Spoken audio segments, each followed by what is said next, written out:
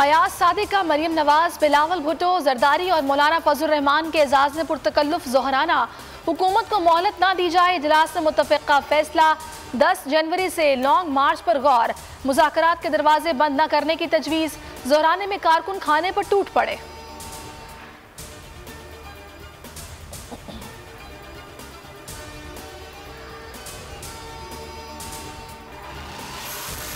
तहैया कर लिया, हुकूमत को घर भेज कर दम लेंगे। तमाम जमातें हुकूमत के खिलाफ इकट्ठी हैं। जलसे में हुकूमत को सरप्राइज देंगे। आइंदा के लाहे अमल का ऐलान आज ही हो जाएगा। अयाज सादिक की बोल न्यूज़ से गुफ्तगू। साद रफीक कहते हैं वज़ीर आज़म को इस्तीफा देना चाहिए। हुकूमत के पास कोई रास्ता है तो PDM क़यादत से बात करे। 150 से ज़ायद इस्तीफे आएंगे तो ज़िमनी इलेक्शन कौन करवाएगा? चाहते हैं मुल्क आइन के मुताबिक चले।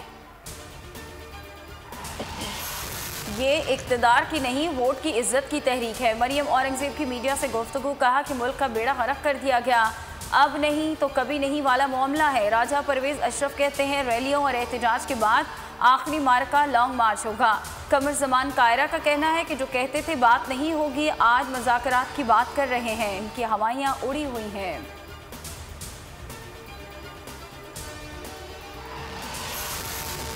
ऑपोजिशन के एहतजाज से बेनियाज, वज़ीर आज़म अपनी रिहाइश का पर खुशगवार मूड में नजर आए।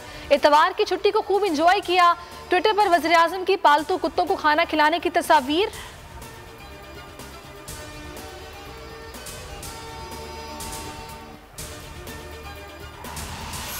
इमरान खान पहले से ज्यादा मजबूत होकर निकलेंगे। हो सकता है जलसे से ऑपोजिशन की उम्मीदों पर पानी फिर जाए।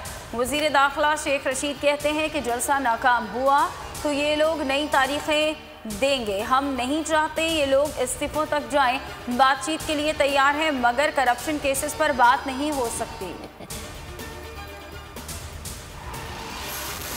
ऑपोजिशन की NRO की ख्वाहिश पूरी नहीं हो सकती। कौम इंतशार की सियासत मुस्तरद करती है। बदकिस्मती से ऑपोजिशन ने कोरोना को भी पार्टनर बना लिया। वज़ीर आला पंजाब उस्मान बुज़दार की तनकीद। राजा बिशारत कहते हैं ऑपोजिशन रहनुमा कारकुनों को सड़कों पर बुलाकर 5 स्टार होटलों में नाश्ते कर रहे हैं। अपने बच्चे बाहर बिठाकर गरीबों के बच्चों को मौत के हवाले कर दिया।